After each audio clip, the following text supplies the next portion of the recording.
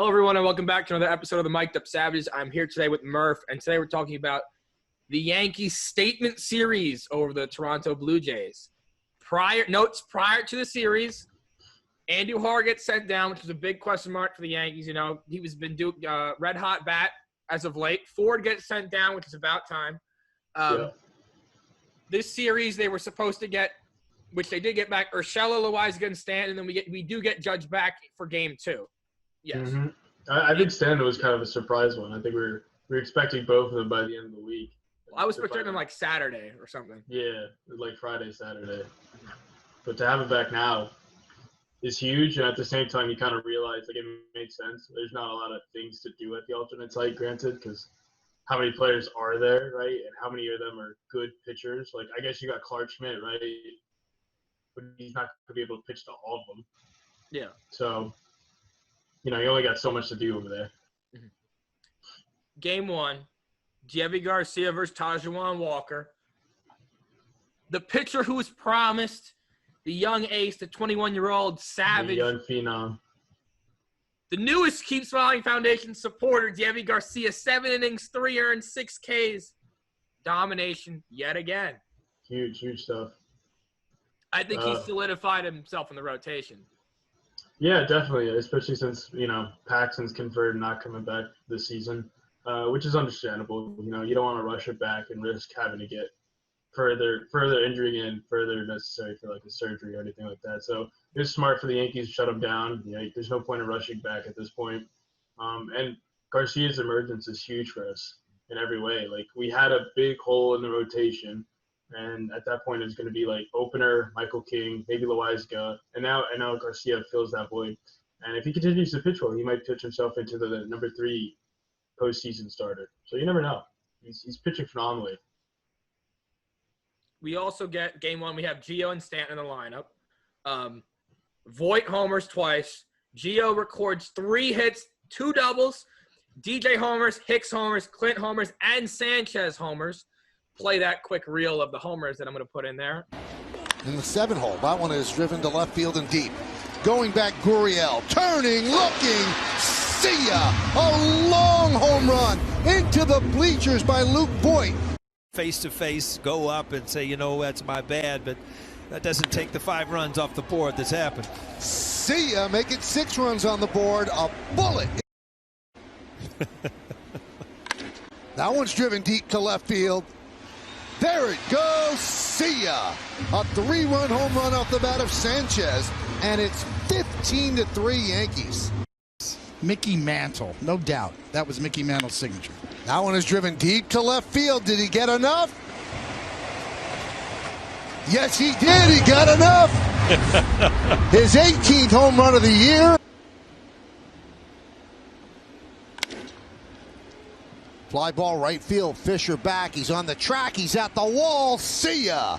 A 2-run home run for Frazier, and it's 19-3 Yankees. You're right, it's kind of a no-win situation. You're embarrassed if you make an out, you're kind of embarrassed if you go deep, but why not? It counts in the scorebook. And D.J. LeMahieu just went deep, Michael, I stole your thunder. He did, and the Yankees have 20 on. Absolute. Most of this episode will be home runs.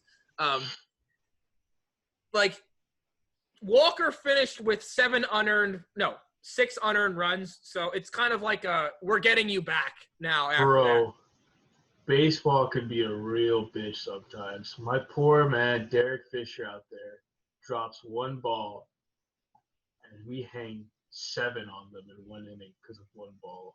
Mm-hmm. I mean, that happened to us too. So. Well deserved, in my opinion, for the Jays. That game alone was a humbling. 20 runs. They scored more than the Jets, Giants. Come on, bro. Why you gotta do that by Giants? You're wrong. I'm a Jet fan, so. Yeah, you know, it's a rough one. So as you can tell, the Yankees win. 20 runs, 16 hits. Insane game. Game 2. Another ace is on the mound. Garrett Cole, 7 innings, 3 hits, 1 earned, 8 Ks. He had a no-hitter into the 5th, I want to say. Yeah, something like that. I think that sounds right. Welcome back, Aaron Judge. Our king is back. He does go 0 for 4 with 3 Ks, but, first game back. That's expectable, Yeah. Like, again, not a lot of options at the alternate site. It's not like he's had, like, the AAA team to go to and get at-bats from, right? So he's kind of facing, like, maybe Clark Schmidt and maybe, like, a couple other guys. So he's not getting the greatest of looks, but, yeah, I'd expect him to bounce back for game 2, similar to how Stan does. We'll talk about that, But easing his way back in, I'm not mad at it. And the blue kind of was doing him dirty, calling strikes at his ankles, his shins. Yeah. Which has always been a problem for him because they don't know how – they expand the zone for his height, which is really screwing him. But he does get game 3 off, but we'll get into that. DJ, another leadoff home run. Voit, his 19th of the year. Frazier hits his 7th home run of the year. Back-to-back games for him. But Kyle Higashioka, the king, Gary Who, as you like to say, Murph. High fly ball, right field, going back. Biggio on the track at the wall, leaps. See ya! Another leadoff home run for LeMahieu, and the Yankees lead 1-0. Other than the DH with his age. Higashioka hits one deep to center field. Going back is Grichuk, still back on the track at the wall. See ya!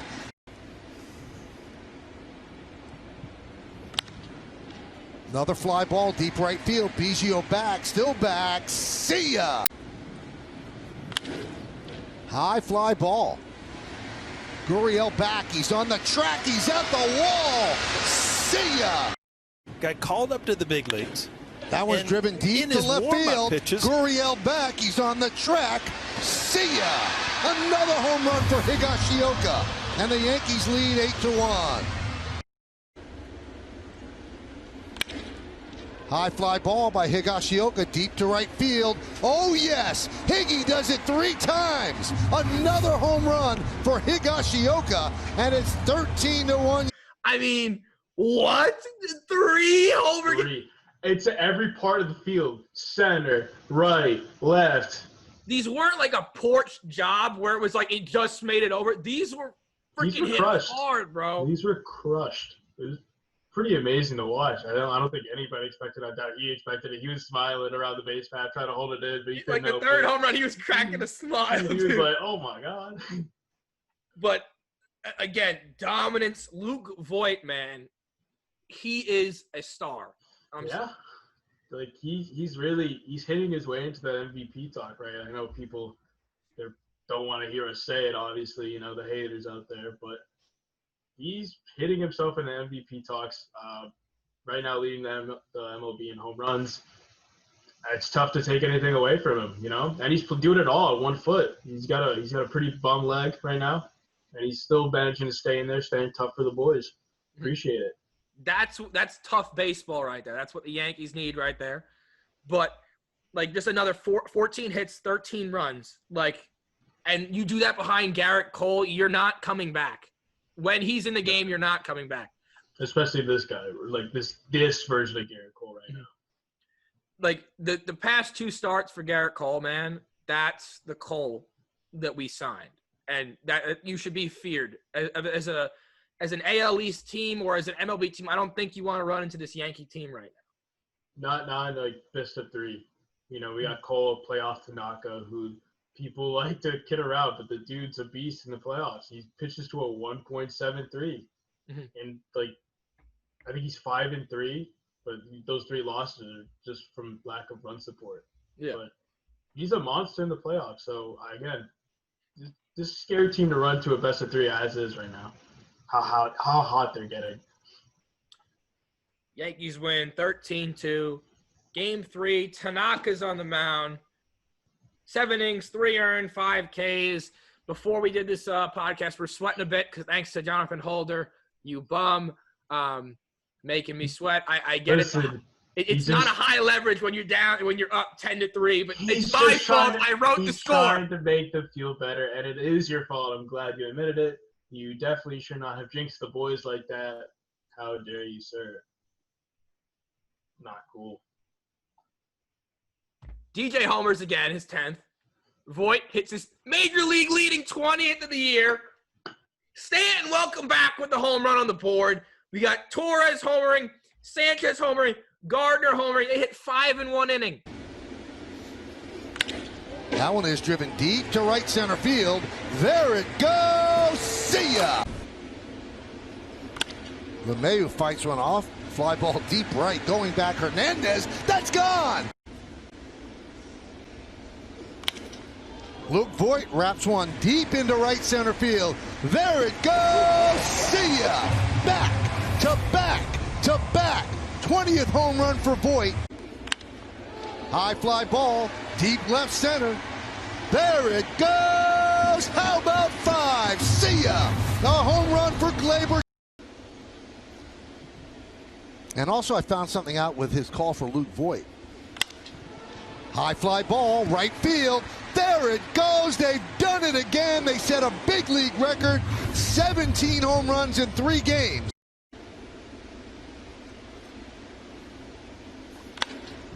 High fly ball. Left field, Gurriel back, reaching for the wall. He's at the wall.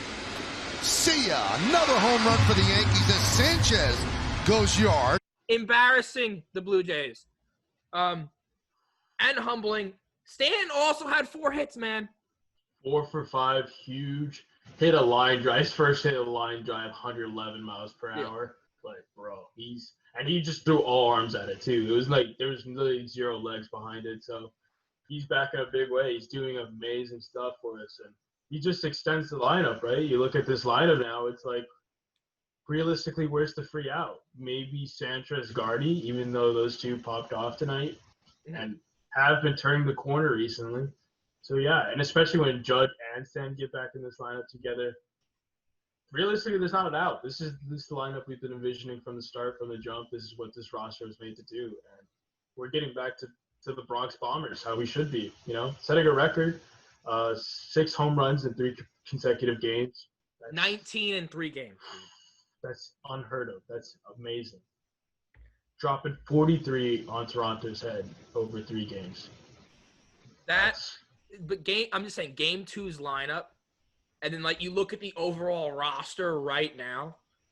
You guys, we do not have Severino. We don't have Canely in the bullpen. We don't have a healthy Judge, a fully, a ready, a 60-game ready Judge. When everyone is firing on all cylinders and you have a roster like this on paper, this is good shit, man. Really good. Yeah. AL East, man, watch out. If the Rays drop a few games, it could fairly come down to the wire. Who's gonna? It could be a game and a half, or even a tiebreaker. Who knows? Yeah, that would be interesting. Not a tiebreaker. We definitely don't want that. That'll go to the Rays. But yeah, even if we catch the Twins, I'll be happy with that, because right now, as is the best of 3 games, will be played at home. And right now, the only teams I want to avoid at all costs are probably the Rays, because I don't want to go play at the Trop, or Oakland, because I don't want to play there either. Yeah. So those are the only 2 teams I'd want to avoid. Other than that, I don't care who we play. I prefer to play at home. So if they can catch the Twins and get that 4 seed, that'd be huge, or even surpass the Rays. But I think that one's less likely, considering realistically Tanaka and Cole are going to get their final starts next week. The way it's mapped up, they would get the final 2 games against Miami. So that's not going to happen. You're not going to pitch your ace and your number 2 starter in that situation. So actually look for Schmidt to possibly get a start then. That's a cool thing to look forward to. But yeah, if everything goes according to plan, which right now, 8-game winning streak, knock on wood, everything's going to plan. There you go. Way to knock like a little girl, by the way. There you go. Now we're good. But man, 8 games, man. We went from, dropping 7 almost being below 500, having Cashman fly up to Buffalo, and asserting, bro, directions are off today. I've had a long day. Flying up there and reminding the Yankees who they are. They don't play for themselves. They play for the team. They play for the pinstripes and that New York mentality. And guess what, man? That conversation, I think, turned them around, man. So that and getting some necessary pieces back. I mean, it's just been a huge stretch of baseball for these guys. This is a much-needed stretch of baseball, right? you could argue that these aren't the greatest of teams, but at the same time, you can, right? Like Orioles, if you look at their lineup, they had like 4 or 5 guys hitting at or above 300. Toronto, same thing. They had a bunch of guys hitting at or above 300. So these are pretty decent teams, right? These aren't slouches, right? These aren't the team from last year. These are pretty decent teams. The only thing holding it back is the starting pitching. And as you can see tonight, they almost came back on us still. And we hung 10 on them. So these are still good teams, and I think this is a huge series. And hopefully moving forward, we continue the success going into Boston this weekend. And I think these road series are going to be very important because I think the narrative on this Yankee team is they're only good at home. Come to show the league what's good right now. Yeah. I mean, and now we're literally getting production from everyone. This is what a Yankee team does. Yeah. It's not 1 or 2 players, and I feel as though you notice how as soon as they announce it's Stanton, Judge, or Urshela we're getting back into the lineup, you see Gary taking more relaxed at bats. You see Frazier taking even better at bats, and you see guys like Hicks again starting to swing the stick a little bit better. Torres starting to hit better. Gardy's starting to hit better too, and it's just like the weight is being lifted off the shoulder and they also have to learn those guys that they need to have confidence in themselves even when players are out of the lineup. Yeah, that's one of the biggest knocks on this team, I guess, from an outsider's perspective, is you look at this team when the big men aren't there, it's kind of hard for these guys to find a footing, provide a groove, right? Because the lineup goes from 1 through 9, no holes, to all of a sudden maybe 1 through 6, no holes, or 1 through 5, no holes. So, yeah, it's good to see the boys get together again. Realistically, if you're looking at it from a major perspective, right? If this was a normal series, this would be like a third of the way in the season, right? Cole, again, to bring up his previous interview, he described how this is his 7th start, and normally this is where he would start to figure out what kind of season he's going to have, and he'd have 23 more starts, as opposed to now where he's got 3 more starts. He's got 3 more starts, right, or something like that. 3 or 4. He's realistically got 1 more. I think. Oh yeah, that's right. Maybe 2. When he said this, he had 3, but okay, yeah. Realistically, he's probably got 1 more. I think he's probably going to pitch against Toronto 1 more time, him and Tanaka, and then. Yeah, that'll be it. That'll be him getting ready for the postseason at this point, and hopefully we have a better idea where we're going to come in at. Well, Murph, I couldn't be happier. A happier way to end the school week. The Yankees my school week on an mine as well, I guess. Yeah. On an 8-game win streak. We face Boston tomorrow. Face Boston tomorrow in Fenway, and that's an important series, not because it's Boston or anything, because they're a defeated team, but it's kind of start to defeat the narrative that the Yankees aren't good on the road, right? Having a pretty bad record on the road, going into Fenway, taking a few games there would be huge. I'm not necessarily expecting a sweep, mind you, although they're very much capable of doing that, especially with how weak that team is and how good they've been playing as of late. It could be fair to say they should sweep these guys, but as long as they win the series, that's a W in my book. Yes, sir. Well, Murph, thank you for joining me as always.